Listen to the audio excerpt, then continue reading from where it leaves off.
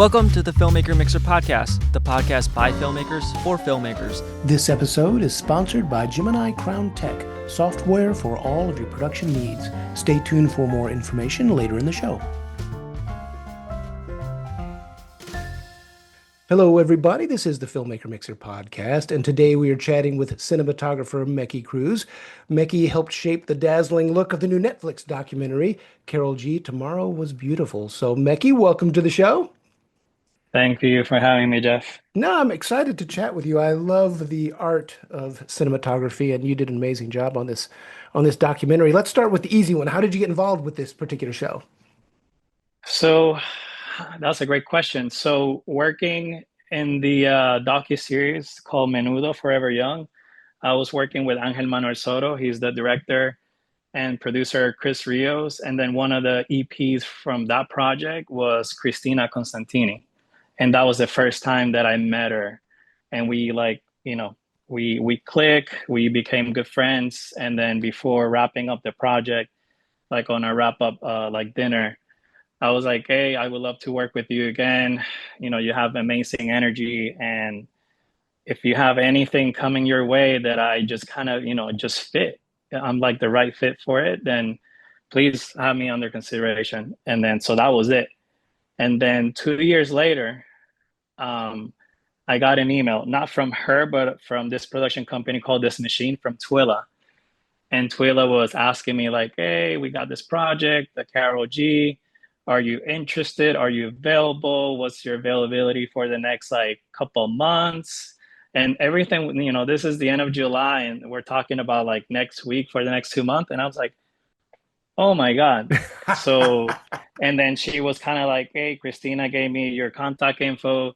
So she kind of, Christina handpicked this crew, so like a very special crew, Latino filmmakers. Yeah, so she was very specific and I was one of them. So I'm super grateful. And again, thank you, Christina, for bringing me along and being a part of this special project. So yeah, that's how kind of like it started. And then it was just kind of like just figuring it out because of course, like when can we go and be, just there to film, because we're kind of like, in the concerts, they have like their DP and their camera operators, 10, 15 cameras, that's just like every concert, there's like that coverage. But like me and this other DP, really good friend of mine, collaborator, Luisa Colon, she and we were hired to, to capture like the intimate, story of Karol. So yeah. So that was the initial, and just a lot of figuring out in the beginning. And were you involved in the concert footage as well, or was that a whole separate team? So like, just like the coverage is a whole separate team, but I was in the big city concerts, like for an example, like Miami, the Rose Bowl in Pasadena. And so those were like the big concerts, like I was involved there as well. So I was there since early, capturing from, the fans arriving, capturing the energy that's happening just right outside, like people just arriving, very excited. They really don't know what they're getting into because I've been, of course, filming rehearsals. So I have that, that little taste of what's coming in terms of like what she's been working, that what she wants her concerts to be. This is like big stadiums. So, doing that, interacting, I love interacting with fans and people and just getting, lots of sound bites, just trying to like, just build a story. Sure. Just be out there. And so, yeah. And then of course, inside, once everyone's in, and then also like the concerts, I film a lot of it, but my focus was just kind of like telling the story more like the personal like life, instead of just kind of like, oh yeah, I'm just filming her sing. It's so, being at the rehearsals and seeing where she's going to be, where and at what time, and in terms of her, her set. So I could anticipate and just being at the right time at the right place and just anticipation. So I'm curious, when you're doing the more intimate side of the shooting, and then you're balancing it with the behind the scenes footage of the concerts, How do you, as a cinematographer, approach the look of each of those? I'm assuming you are going for I don't know if it's a different color palette or a different style or a different lens. How do you approach shooting the two different elements? That's a really great question, Jeff. So for this one, for like the BTS, like non-concert footage stuff, uh, concert footage stuff, we shot it on spherical lenses. And then in the days of the concert, like my camera only, I was shooting anamorphic just to kind of show like the scale and how grand, like for an example, like the Rose Bowl, like it's just a huge, very impressive stadium if you haven't been there, and then just kind of, shooting anamorphic just really kind of like really show off the scale and the grandeur of the concert and like the lighting. It's just everything. It just made it look and feel more special. So that was like really like for me, what I did was like the contrast. And is that something when you are brought onto a project like this, do you pitch your ideas for how you want the project to look? How does that work? Is there a back and forth where you're, maybe creating a lookbook or a style or a mood board and you're showing them what you want to do, or does that happen?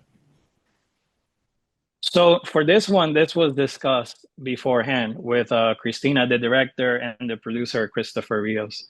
For the concerts, Christina wanted, she wanted something different, like more, like something more, special, and that visually just kind of will have that impact. And I was like, hey, why don't we just approach that, like shooting anamorphic? And she liked the idea. I did a bunch of tests at a rental house where I used to work because at that moment when I got reached out for this job, and my first initial phone call, I was in San Francisco, so I went to a rental house that I used to work ages ago, Chater Camera, and I just tested a bunch of anamorphic lenses, but it was mostly like primes, not zooms. And I was like, oh, I think I found the right lenses, and I showed them, just like I shot tests and I sent it to them, and they really liked them. But like less than a week starting, I really analyzed, and I'm like, okay, so I'm by myself shooting this stuff. I don't have a camera assistant, and it's just me for like, I don't know, between 2 and 4 hours nonstop filming. When I change lenses or if I change media, battery, everything needs to be like super seamless and efficient, and I can't lose time. And then so I was like, I'm gonna be changing, like primes. It's just a fixed focal length, like a 35. It's either an anamorphic. It's probably like a 40, a 50, a 75, and 100. That was like the options, and having like an extender. So instead of a 40, making it 80. If it's 100, make it a 200. But then having like two-stop light loss. So I was like, okay, what are the pros and the cons? And then I was just doing research, and a few years back, I saw some ingenue lenses, but anamorphic, but they were zooms, not primes. And then I started looking at the focal length and just like the size and the weight. I'm like, wait, I've used lenses similar to this ones, but in spherical, same size, ergonomics and weight, and they're very lightweight, easy to, just easy to change. And ingenue is beautiful, quality, professional cinema glass. So yeah, I did some tests with those lenses, and I was like, I think we found the right lenses. Just because I could, when I was filming the concerts, if I changed lenses was like once instead of being changing lenses like, I don't know, 15, 20 times. So if I want to, show how big and grand, just like, go like a nice, beautiful wide shot, I could do that. And if I want to get close up and very intimate, I could do that within a second or two, instead of, changing lenses that could take minutes. And then half of a song, maybe a full, depending where I'm at and like the adrenaline. And I'm like, I just don't want to lose a beat. So I just went that route. And then so they liked the idea, they trusted it, and so we just went with it. So yeah, And are you doing all so that this? was that. Is this all handheld? All the work that I did was handheld. I was either with an easy rig, or I was just the camera on my shoulder, or a lot of the times I have what's called like the cine saddle, which is like this little bag, and I just put the camera, in on top of this bag. It feels like you're kind of like a baby, but the baby's the camera. And then so it's a great. It has its pros and its cons because when you have the thin saddle, kind of like the lens is kind of like between your chest and your chin. But when you have your camera more on your shoulder, the camera's kind of like eye level. Right. So sometimes when I'm on the easy rig, I could be eye level with talent, but then this thing kind of like sticking out, it might be too much, and people might be like, "Wait, what is this?" Like it's just this big piece of equipment versus the Cine Saddle, just this little bag, but the camera tends to be a little bit lower. So I kind of don't want to be shooting up and seeing, people's like noses or anything. So I had to like really pick and choose what to use. But for like the actual concerts that it was like, I was minimum like 2 hours nonstop. I had the e-cig with me, and I had like this little pocket on the side, and I have media, I have batteries. So I could really do everything myself. And And then just, are you swapping yeah. out to a DIT person as you're shooting, or you just have enough? Um, So with me was one of the producers, Chris, and so he had like a wireless monitor, so he could see what I was filming, and he gave me some notes here and there. But when he like show up and he was like, "Hey, do you have a card exposed? Do you want to give it to me, or like a battery? You want me to do?" But that happened like every 20, 30 minutes. So I have like cards that I could be recording for like hour and a half. So let's say if a concert's like 2 hours, then okay, I need to start with like a fresh new card. And also with batteries, I have what's called like a shark fin. So you put two batteries on the back, and also helps me to counterweight the camera better. And then I'm like, with two of those batteries, the camera that I was using is like a little red Komodo. Like it barely sucks any power. Like it's, I could go pretty much, I went the whole concert without changing batteries, but you just never know. So I had like an extra battery. So I did a lot of like, really the key was the prep that I did for the project, for the job. Like I tested a bunch of things, everything beforehand. Like you never want to be testing stuff on a project like this actually on set, because yeah, you're gonna lose moments and times, and I don't want to get the technical stuff, be an obstacle, and then Right. I'm not really capturing the story. So yeah, it's all about prep. Well, I'm Yeah. curious about something. You're referencing shooting what moves the story, what supports the story. So I'm curious, and I want to pivot over to the more intimate side of it as well. But in terms of the concert footage, were there what were you looking for in the concert footage other than performance to help serve the story? Does that make sense? I mean, obviously the obvious thing in a concert is the performance and the fans. But I'm guessing you were looking for something maybe deeper than that, or am I wrong? I mean, for Karol, for the artist, like this is the first time that she's done a stadium concert tour. Right. So starting with that, that's a huge challenge. That's huge. And so again, arriving there, like before the concert starts, kind of feel the energy of the fans. There's I saw from like grandmas to moms to daughters, like three generations, and they're right there, just supporting. And like the little girls, like their daughters, they're like dressed just like her. It could be like a pink or red wig and dress, like from like past concerts or music videos that she's. So between that and also just how the fans and the audience responds to her music, her lyrics, also like 80% of the people in the concert, they're really looking at the big screens because it's such a big stadium. Like if you're far back, you're like the talent is just like a little ant. So you have to look at the big screens. So the camera team that was covering the concert plays a huge role in her presentation because they have to be at the right time at the right place at the same time. So that was when you see the documentary, she's like really dialing in where they need to be. Like for an example, at the Rose Bowl, like the night before, it's probably like past midnight, probably 1 in the morning, and she's just fine tuning everything because she's worked so hard, and she wants them to be where they need to be. And so people who are way back there, they can still appreciate and enjoy the show.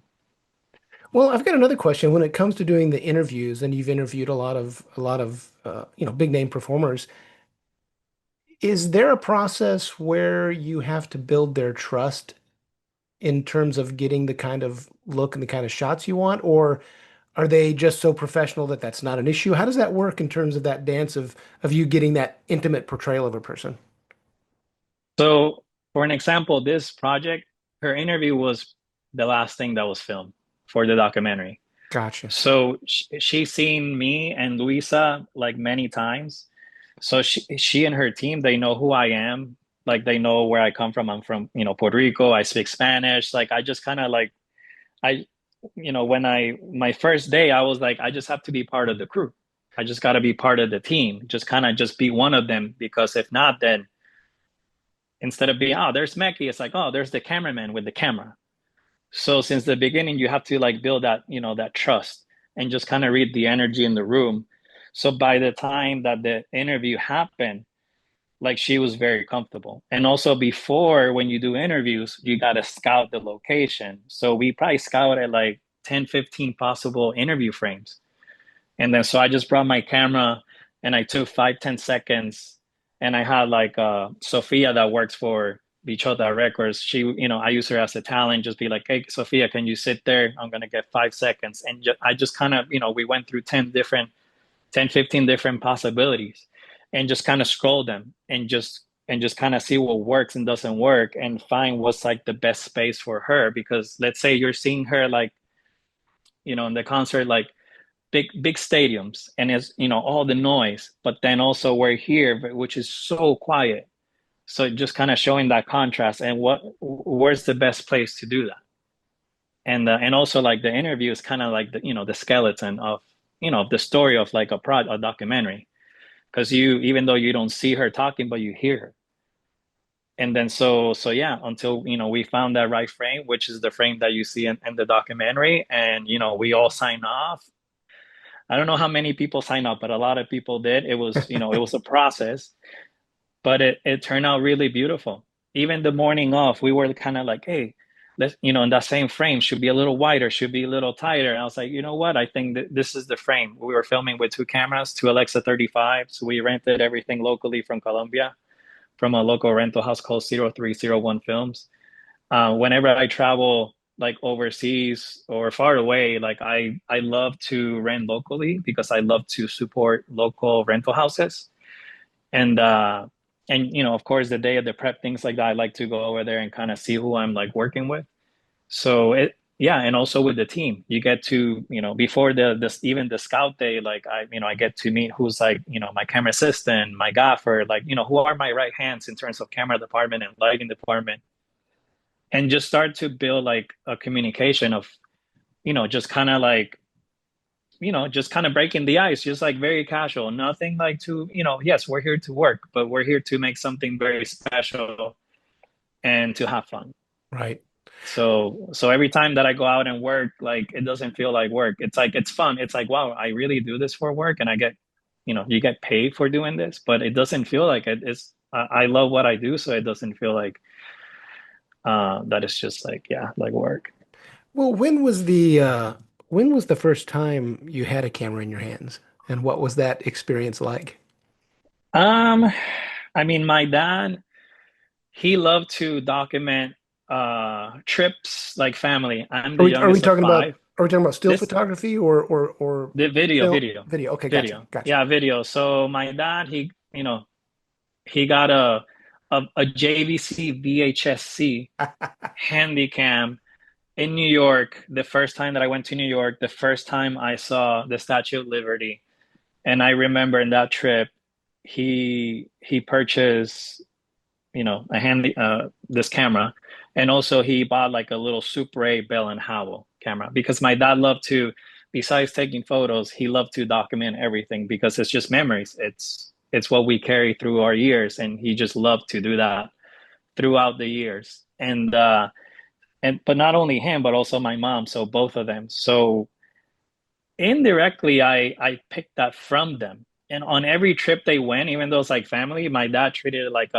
like a project. He was like, oh, I'm gonna take the video camera. I have my stills camera, and this, it was like a Ricoh camera that I used to shoot panoramics, which I still have.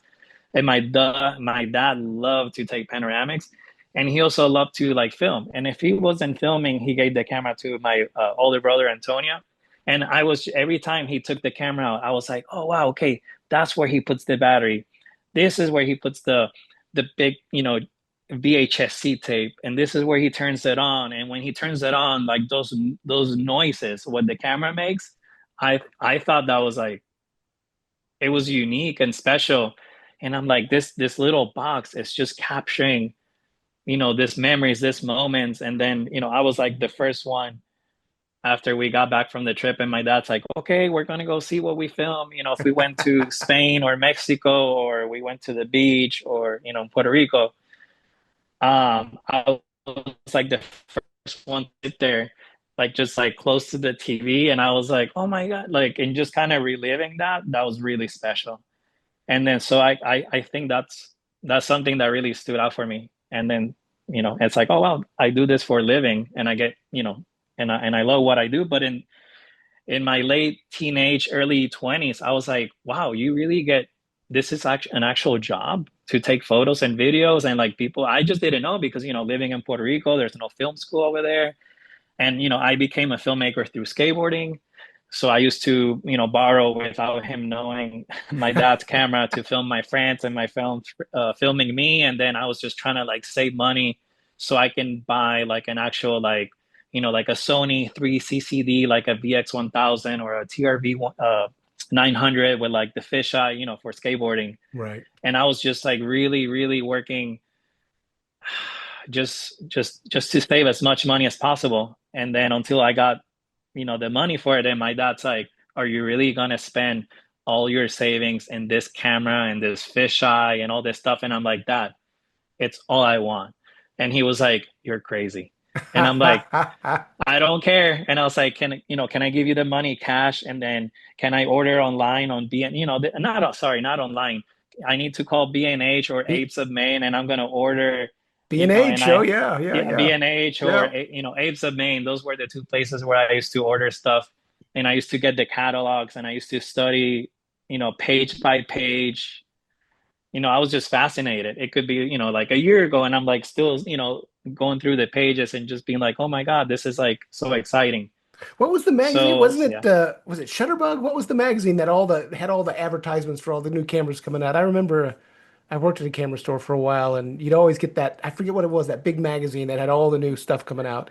I But forget, but it looked like like the Spiegel, like those like catalogs. I yeah, forget whatever, equivalent. But I remember, I believe it was I don't know if it was B&H, but I remember receiving, like, it was just big, like just lots of pages. And I was like, oh my God, what is all this stuff? And then, so yeah, that's how I got that camera. And I was just every day just filming. And, mainly as a skateboarder, that's how I started. And then from there, I started meeting people in the industry, like in the TV in Puerto Rico. And I started doing, things not related with skateboarding, but like live music. Like I was like, oh, I could barely like afford to go to a concert. And then I get this job at this TV show called Frente Sónico. And then who was my boss, Ozzy Forbes, he was like, Mecky, so you got to go and cover this concert.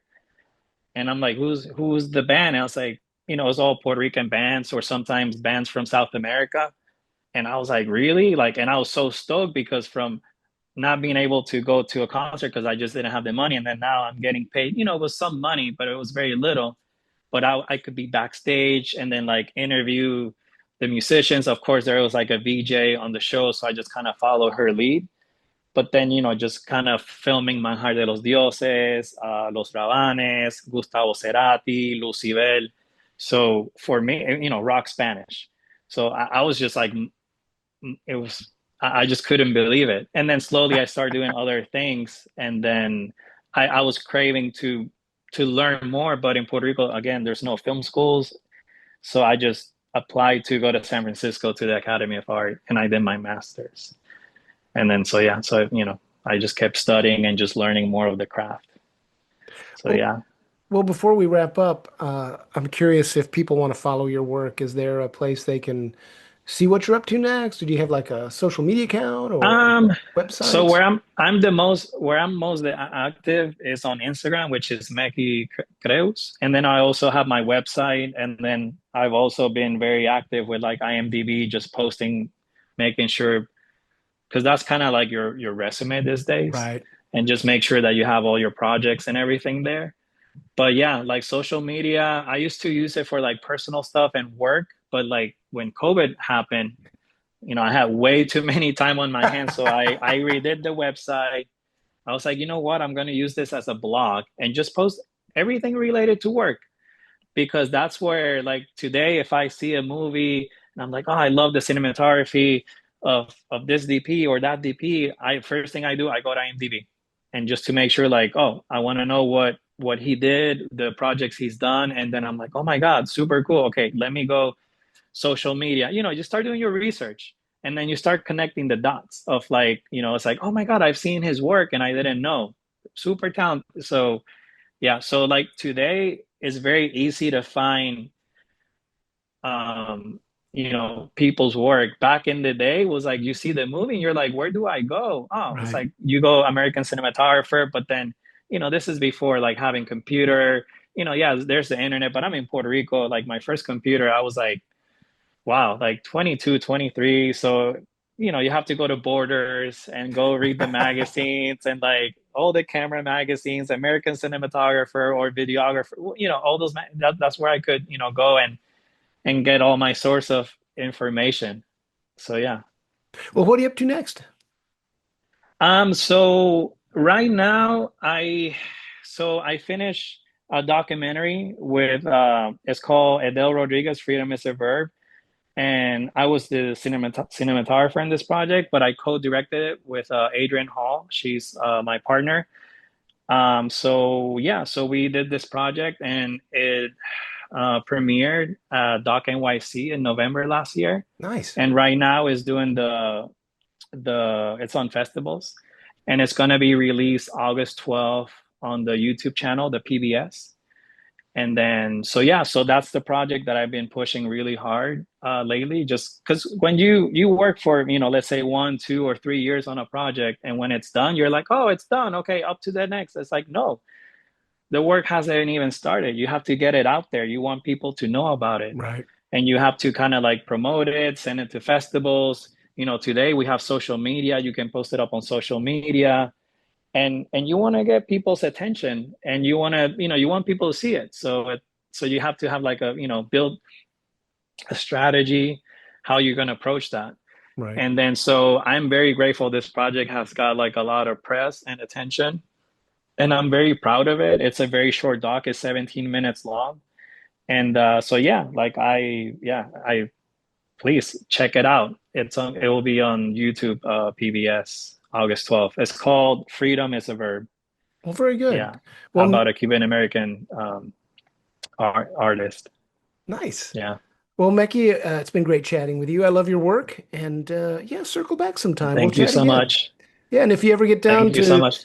to Austin for Austin Film Festival or South by, Okay, you look me up. okay, I'll reach out to you. Thank you so much, and thank you for the opportunity. I really appreciate All right, you take care. everything. Thank you. This episode is sponsored by Gemini Crown Tech, owned and operated by Stephanie Moore and Stephanie Harrison. We at Gemini Crown Tech have covered all your production management needs with our proprietary software. Please visit our website at www.geminicrowntech.com and use the code FMP for Filmmaker Mixer podcast listeners, so we know how you heard about us. Thank you for listening to the Filmmaker Mixer podcast, a podcast created and hosted by filmmakers Jeff Stolen and Andrew Lamping and produced by Melody Lopez. Our theme song was composed by Stephen D. Bennett. Make sure to follow or subscribe on whatever platform you're listening to us on, and stay tuned for future episodes.